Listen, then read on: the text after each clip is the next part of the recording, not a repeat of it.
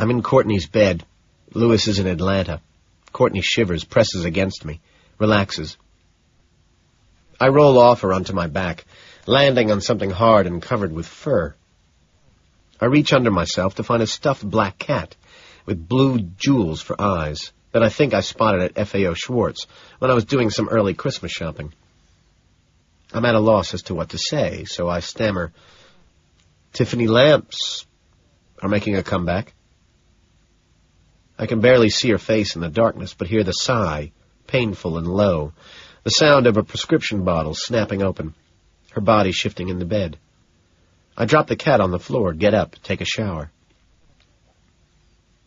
On the Patty Winter show this morning, the topic was beautiful teenage lesbians, which I found so erotic I had to stay home, miss a meeting, jerk off twice. Aimless, I spend an inordinate amount of the day at Sotheby's, bored and confused. Last night, dinner with Jeanette at deck chairs. She seemed tired and ordered little. We split a pizza that cost $90. After toweling my hair dry, I put on a Ralph Lauren robe and walk back into the bedroom, start to dress. Courtney is smoking a cigarette, watching Late Night with David Letterman, the sound turned down low. "Will you call me before Thanksgiving?" she asks. Maybe. I button up the front of my shirt, wondering why I even came here in the first place. "What are you doing?" she asks, speaking slowly. My response is predictably cool. "Dinner at the River Cafe. Afterwards, O-Bar, maybe." "That's nice," she murmurs. "You and Lewis?" I ask. "We were supposed to have dinner at Tad and Maura's," she sighs, "but I don't think we're going to anymore." "Why not?" I slip on my vest, black cashmere from Polo, thinking, I am really interested. "Oh, you know how Lewis is with the Japanese," she starts, her eyes already glazed over. When she fails to continue, I ask, annoyed, "You're making sense. Go on." "Lewis refused to play Trivial Pursuit at Tad and Maura's last Sunday because they have an Akita." She takes a drag off her cigarette. "So, like," I pause, "what happened?" "We played at my place." "I never knew you smoked," I say. She smiles sadly, but in a dumb way. "You never noticed." Okay, I admit I'm embarrassed, but just a little. I move over to the Marleyan mirror that hangs above a Sotsas teakwood desk to make sure the knot in my Armani paisley tie isn't crooked. "Listen, Patrick," she says with effort. "Can we talk?" "You look marvelous," I sigh, turning my head, offering an air kiss. "There's nothing to say. You're going to marry Lewis. Next week, no less."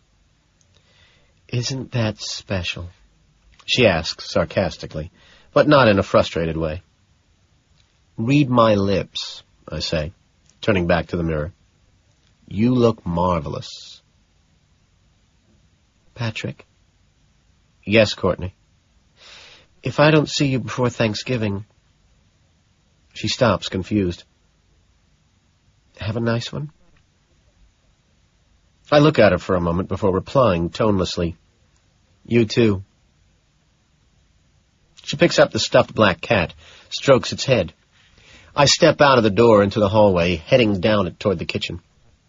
"Patrick," she calls softly from her bedroom. I stop, but don't turn around. "Yes?" "Nothing." Smith and Walensky. I'm with Craig McDermott in Harry's on Hanover. He's smoking a cigar, drinking a Stoli Cristal martini, asking me what the rules are for wearing a pocket square. I'm drinking the same thing, answering him. We're waiting for Harold Carnes, who just got back from London on Tuesday, and he's half an hour late. I'm nervous, impatient, and when I tell McDermott that we should have invited Todd, or at least Hamlin, who was sure to have cocaine, he shrugs and says that maybe we'll be able to find Carnes at Delmonico's. But we don't find Carnes at Delmonico's, so we head uptown to Smith-Walensky for an 8 o'clock reservation that one of us made. McDermott is wearing a 6-button double-breasted wool suit by Cerruti 1881, a Tattersall cotton shirt by Lewis Boston, a silk tie by Dunhill.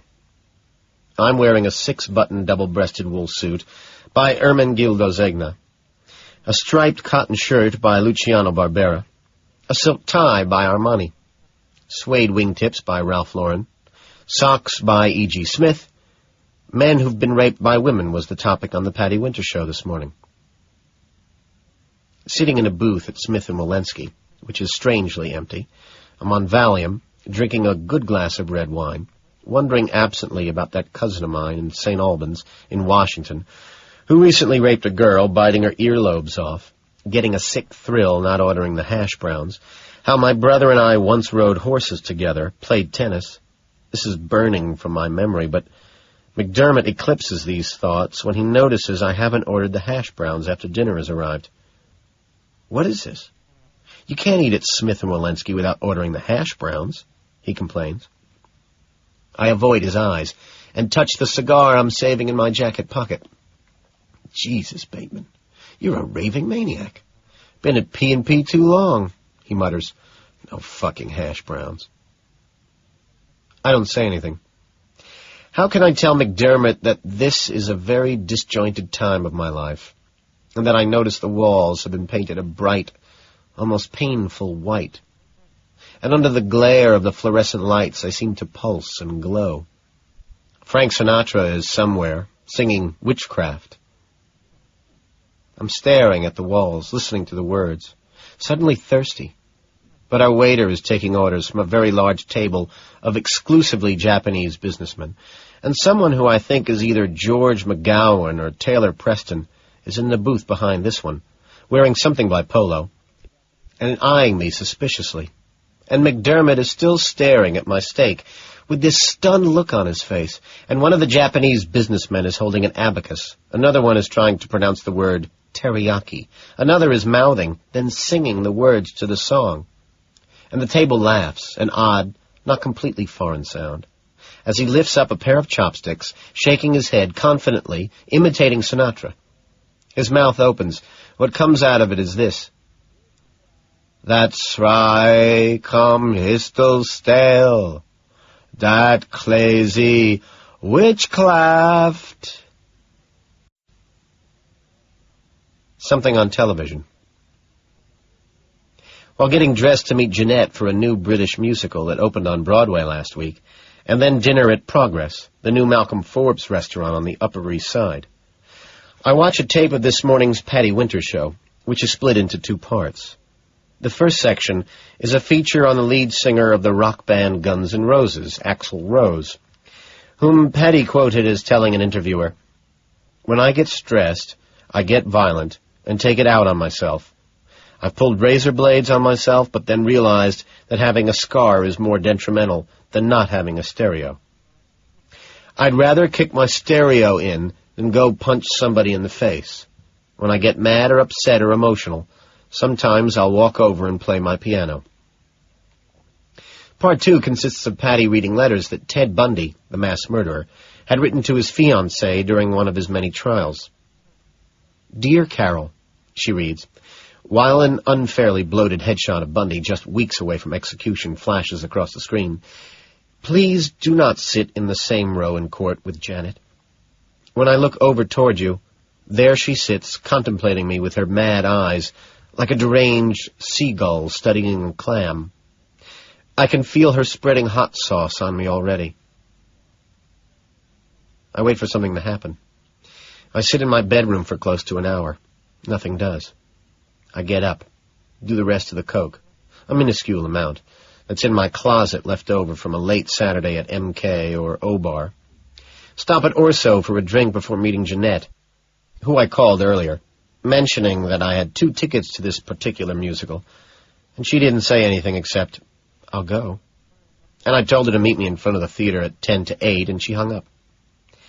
I tell myself while I'm sitting alone at the bar in Orso that I was going to call one of the numbers that flashed on the bottom of the screen, But then I realized that I didn't know what to say, and I remembered 10 of the words Patty read. I can feel her spreading hot sauce on me already. I remember these words again for some reason, while Jeanette and I are sitting in Progress after the musical, and it's late. The restaurant is crowded. We order something called Eagle Carpaccio, mesquite grilled mahi-mahi, endive with chèvre, and chocolate-covered almonds, this weird kind of gazpacho with raw chicken in it, dry beer. Right now, there really is nothing edible on my plate. What there is tastes like plaster. Jeanette is wearing a wool smoking jacket, a silk chiffon shawl with one sleeve, wool tuxedo pants, all Armani, antique gold and diamond earrings, stockings from Givenchy, gross-grain flats.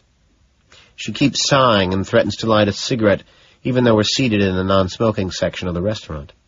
Jeanette's behavior deeply unsettles me, causes black thoughts to form and expand in my head. She's been drinking champagne Kiers, but has already had too many, and when she orders her 6th, I suggest that maybe she's had enough. She looks at me and says, I am cold and thirsty, and I will order what I fucking want.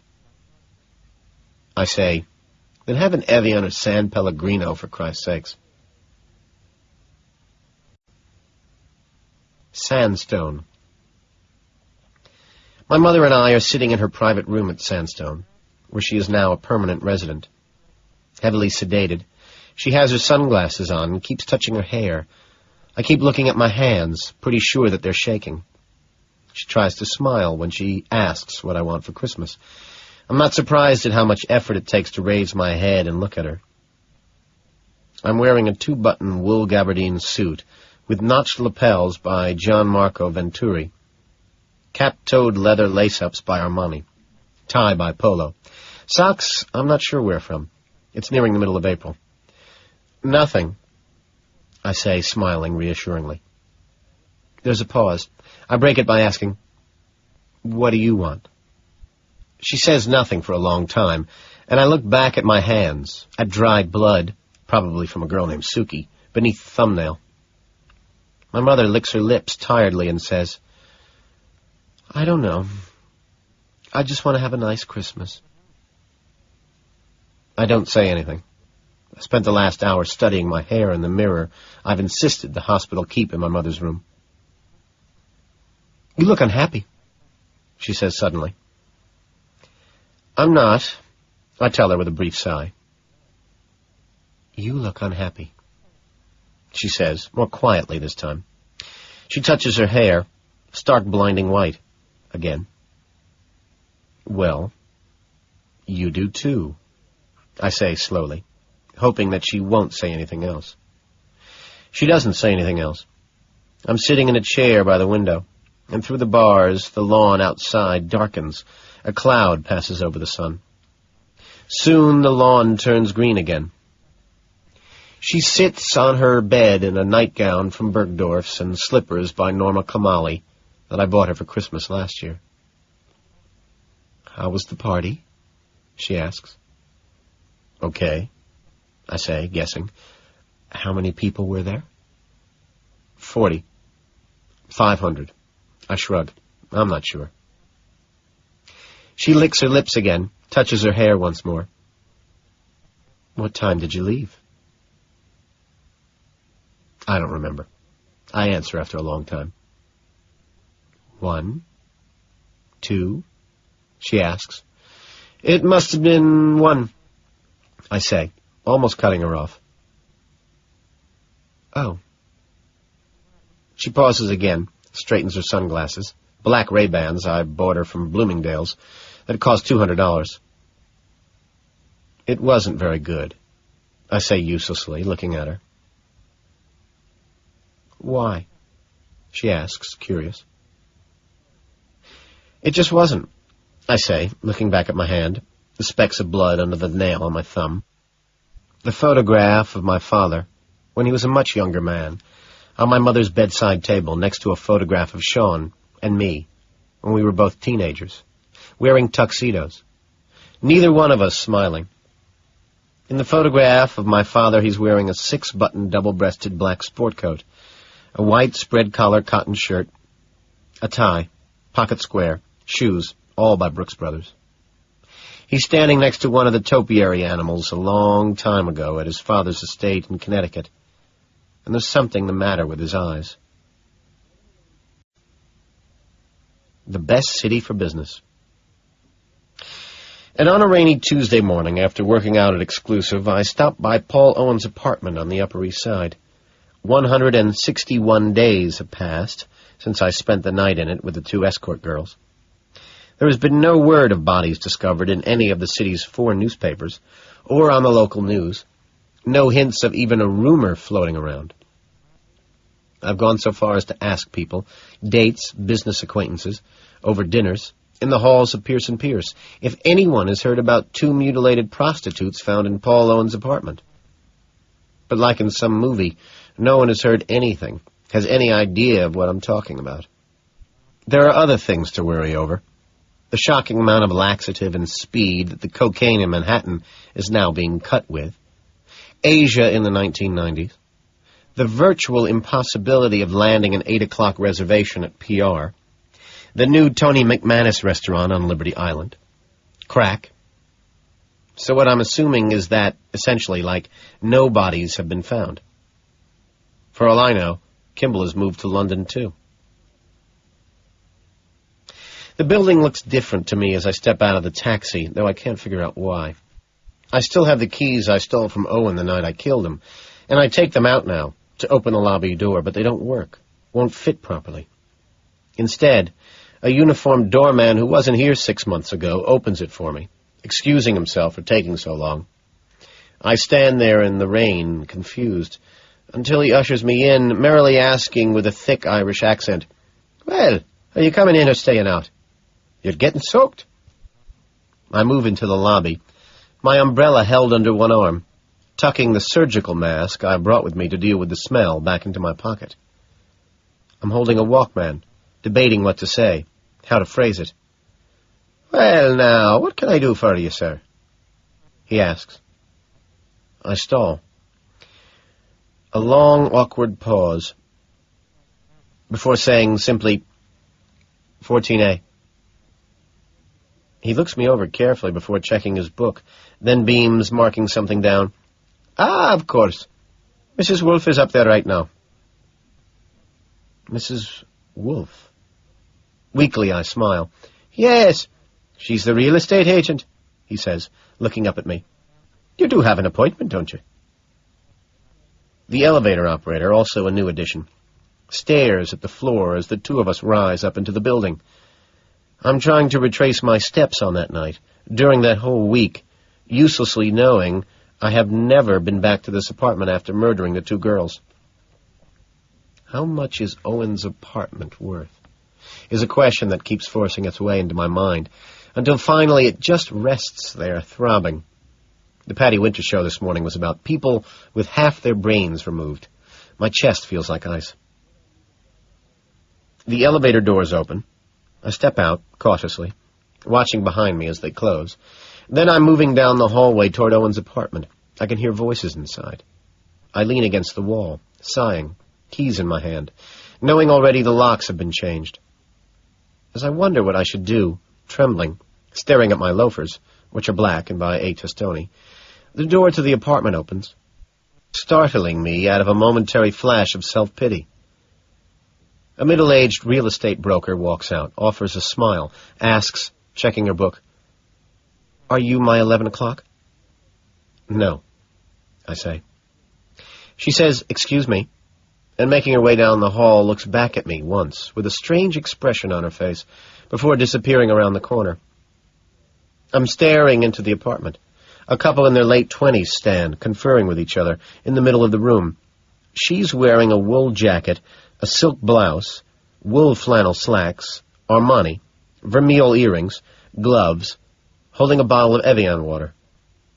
He has on a tweed sport jacket, cashmere sweater vest, cotton chambray shirt, tie, Paul Stewart, Agnes B. cotton trench coat draped over arm. Behind them, the apartment looks spotless. New Venetian blinds. The cowhide paneling is gone. The furniture, the mural, the glass coffee table, Thonnet chairs, black leather couch, all seem intact. The large-screen television set has been moved into the living room, and it's been turned on, the volume low. A commercial where a stain walks off a jacket and addresses the camera is on now. But it doesn't make me forget what I did to Christie's breasts. To one of the girls' heads, the nose missing, both ears bitten off. How you could see her teeth, where I had ripped the flesh from her jaws and both cheeks. The torrents of gore and the blood that washed over the apartment, the stench of the dead, my own confused warning that I had drawn in, "Can I help you?" The real estate agent, Mrs. Wolfe, I'm guessing, intrudes. She has a very angular, thin face. The nose is large, distressingly real-looking, heavily lipstick mouth, white blue eyes. She's wearing a wool boucle jacket, washed silk blouse, shoes, earrings, a bracelet, from where, I don't know. Maybe she's younger than 40. I'm still leaning against the wall, staring at the couple who moved back into the bedroom, leaving the main room empty. I'm just noticing that bouquets and glass vases, dozens of them, fill the apartment everywhere, and I can smell them from where I'm standing in the hall. Mrs. Wolfe glances behind her to see what I'm staring at, then back to me. "I'm looking for... Doesn't Paul Owen live here?" A long pause before she answers, "No, he doesn't." Another long pause. "Are you, sure?" I ask, before feebly adding, "I don't understand." She realizes something that causes the muscles in her face to tighten. Her eyes narrow but don't close. She's noticed the surgical mask I'm gripping in a damp fist, and she breathes in sharply, refusing to look away. I am definitely not feeling right about any of this. On the TV, in a commercial, a man holds up a piece of toast and tells his wife, "Hey, you're right. This margarine really does taste better than shit." The wife smiles. "You saw the ad in the Times?" she asks. "No. Yes. Yes, I did, in the Times," I falter, gathering a pocket of strength. The smell from the roses thick, masking something revolting. "But doesn't Paul Owen still own this?" I ask, as forcibly as possible. There's a long pause before she admits, "There was no ad in the Times." We stare at each other endlessly. I'm convinced she senses I'm about to say something. I've seen this look on someone's face before. Was it in a club? A victim's expression. Had it appeared on a movie screen recently, or had I seen it in the mirror? It takes what seems like an hour before I can speak again. "But that's... his..." I stop, my heart skips, resumes beating. "Furniture." I drop my umbrella, then lean down quickly to retrieve it. "I think you should go," she says. I want to know what happened." I feel sick, my chest and back covered with sweat, drenched, it seems, instantaneously. "Don't make any trouble," she says. All frontiers, if there had ever been any, seem suddenly detachable and have been removed. A feeling that others are creating my fate will not leave me for the rest of the day. This is not a game. I want to shout, but I can't catch my breath, though I don't think she can tell. I turn my face away. I need rest. I don't know what to say. Confused, I reach out for a moment to touch Mrs. Wolfe's arm, to steady myself, but I stop it in midair, move it to my chest instead, but I can't feel it. Not even when I loosen my tie. It rests there, trembling, and I can't make it stop. I'm blushing, speechless. "I suggest you go,"